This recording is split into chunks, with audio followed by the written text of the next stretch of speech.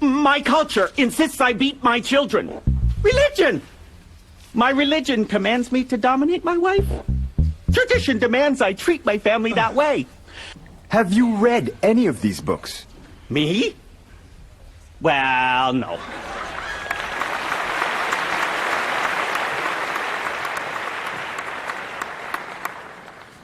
I know some of you would have seen that and go, "That's ridiculous." And others will think, "What is he talking about?"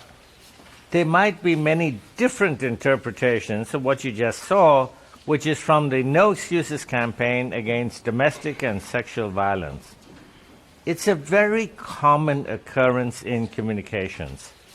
We can all look at the same image or listen to the same words, yet come up with totally different interpretations of what we just saw or heard. Let me tell you why it happens and how you can minimize such instances. Of course, we all communicate, but most of us do so without understanding that our communications are an extension of ourselves. We communicate from our own mindset or perspective.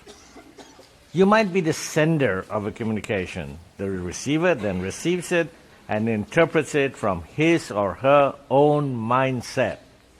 Similarly, you might be the receiver of a communication. Then you interpret it according to your own mindset. Why is mindset important? Isn't it just important to be able to communicate in, say, the same language? Actually, there is much, much more to communications than just speaking the same language, and our mindset is of paramount importance. My thesis is that no two human beings are so similar that they send or receive communications in exactly the same way. We are as different in communications as are our fingerprints. It's like we're all wearing a mask that covers our eyes, our mouth, and our ears, but no two masks are the same. These masks are the filters through which we send communications, verbally and non-verbally, and the way we receive and interpret communications. What are these masks? I call them influencers of communications. Together, they make up the reasons why we do not communicate in exactly the same way with each other. There are many influencers that I have identified in my 25 years of working with mass communications. I have a list of over 50 of them. Let's look at the top 25 in alphabetical order. We all have all of these. No one is immune to having these because no one is perfect. So if we all have these, how do they make us unique? It's simple. No one has exactly the same mix of influences as someone else. Our culture and history and traditions are in us. So are many intrinsic factors, our biases and stereotypes and fears and hatreds, and on it goes. Let's say I have a mild bias against women. Let's call it a 2 on a scale of 1 to 10. I might not even realize I have it, but everything a woman says to me, or I say to a woman, will be slightly affected by it. On the other hand, someone else might have an extremely strong bias against women. He might be an 8 on that scale of 1 to 10. He too will be affected in his communications with a woman, but in a much more dramatic way. In fact, his bias against women might be so strong that the influencer becomes a total barrier to effective communications. Now you add in all the other influences I outlined. Each of us has them to some extent, but the extent to which we have them might be different.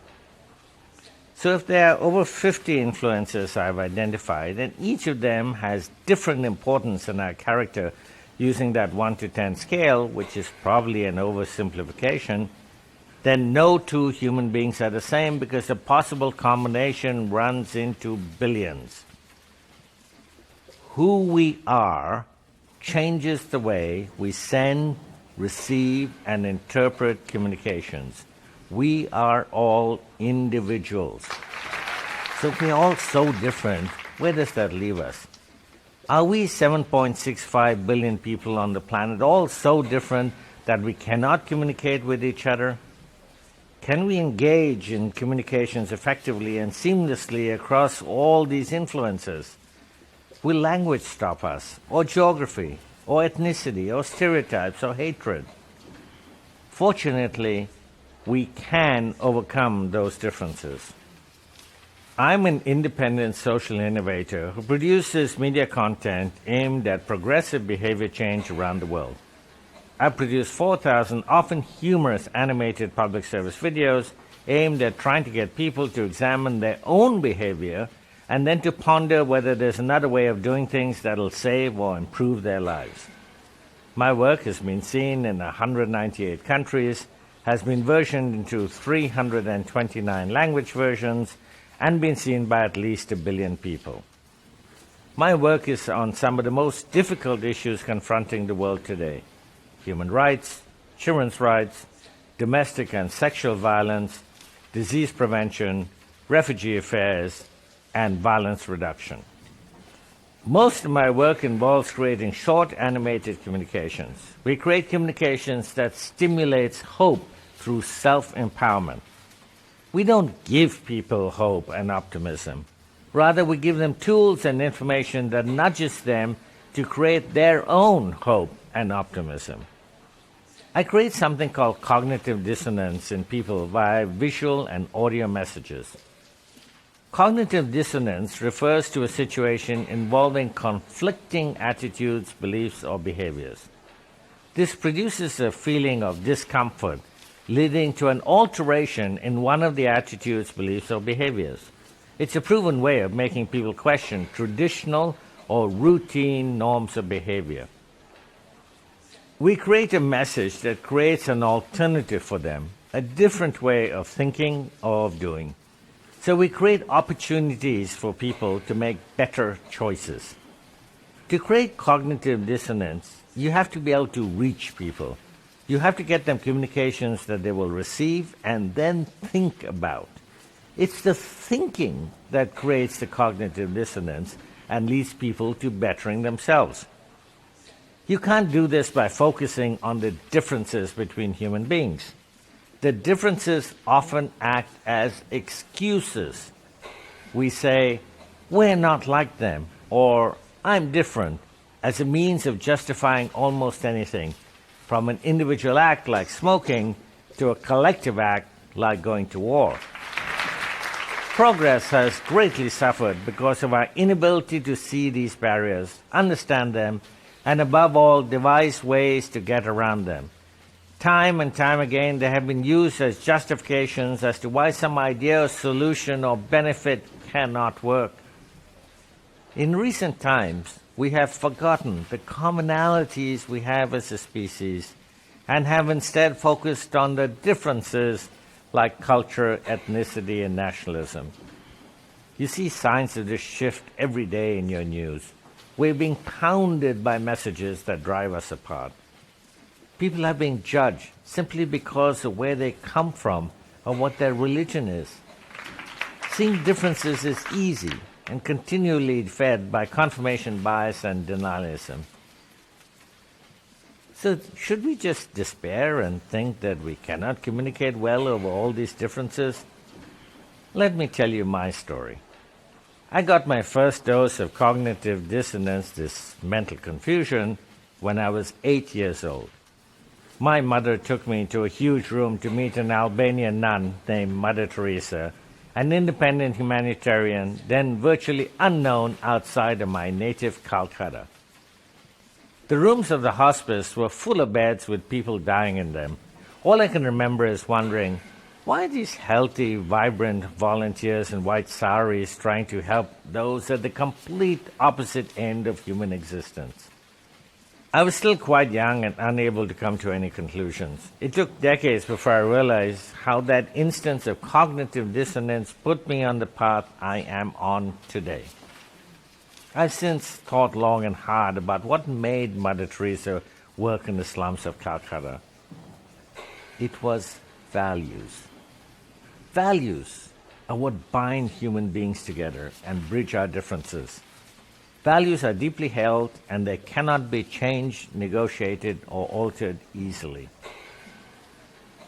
My messages have to touch what drives our conscious, our intuition, and our gut feelings. These are our values. You can appeal directly to values because they are a latent part of every person. Let me give an example. When creating the Buzz and Bite malaria prevention campaign, I relied on my fundamental belief that we all have characteristics that make us the same at our core. There isn't a mother in the world that wants her child to get a preventable disease like malaria and die. There are many things that all humans want. Two of them are hope and optimism. People want to know that a better future is possible and that they have some control over how this future is shaped. In 2009, I was requested by the Al Jazeera Children's Channel to create a series of animated shorts in Arabic on values. This was an assignment fraught with much peril. JCC is a pan-Arab edutainment broadcaster beaming directly into 350 million households throughout the Middle East and North Africa. It has the largest viewership of any Arabic children's channel. What values did we cover for children in 27 countries, reaching directly into their living rooms? Beside me is a partial list of the 46 animated shorts. Values like gender equality, accepting others, fostering open dialogue, and accepting foreigners reach tens of millions of adults and children. So what happened when the broadcaster played the series repeatedly over 2 years? Nothing negative. The series, known as Hind and Hamza, received generally positive feedback.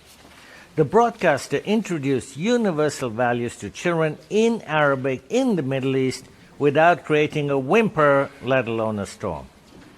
How did we do it? First, by creating an animated series. Animation makes each of us suspend our disbelief system. We know what we're seeing is not real. We used it in this series and in many other campaigns like the Three Amigos, an animated series featuring 3 animated condoms to stop the spread of HIV/AIDS.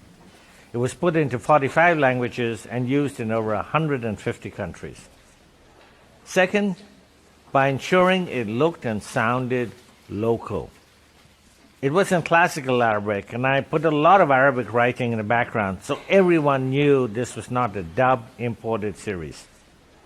The characters, the dresses, the street signs, the cars, even the trees we created in a computer were authentic. Third, we did not preach or threaten. We didn't say explicitly, don't be racist or don't discriminate against girls. We allowed our stories to just create an impression, to plant a seed, to get the viewer thinking. The best way to turn off a person receiving your communications is to tell them how to think or act. Fourth, we use humor to bring the audience along.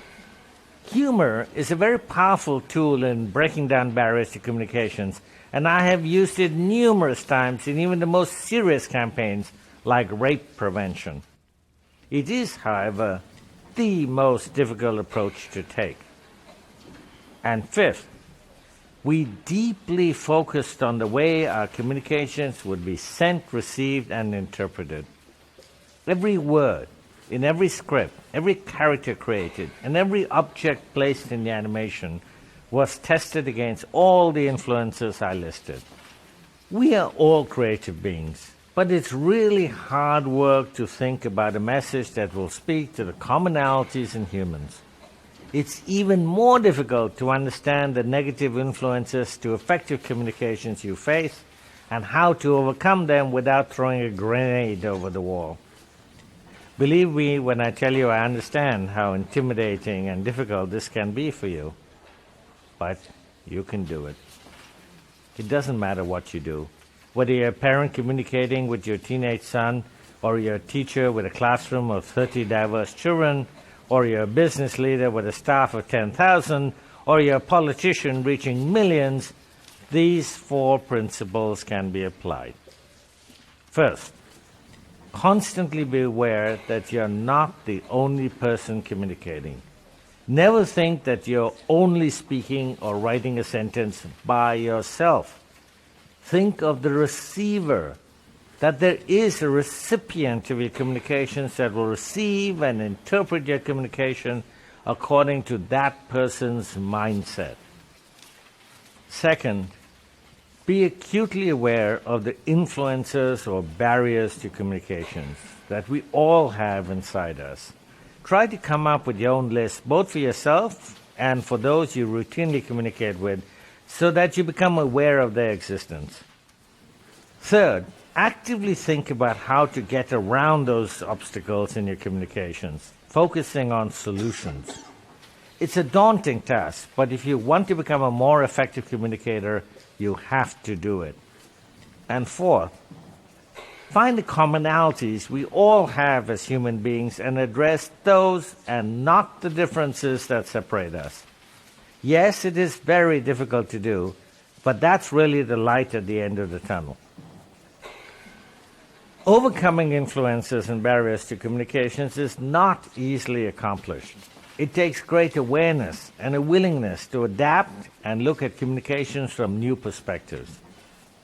If you focus on how these influences are negatively affecting your communications, you'll be well on your way to becoming a more effective communicator. We all must turn our focus to seeing human commonalities, not the differences. If we can see those similarities to some small degree, then we dilute the populism, anger, and polarity that are the major barriers to human development today. I hope you've had your own moment of cognitive dissonance that'll make you question at least one thing you thought you knew. Thank you for listening.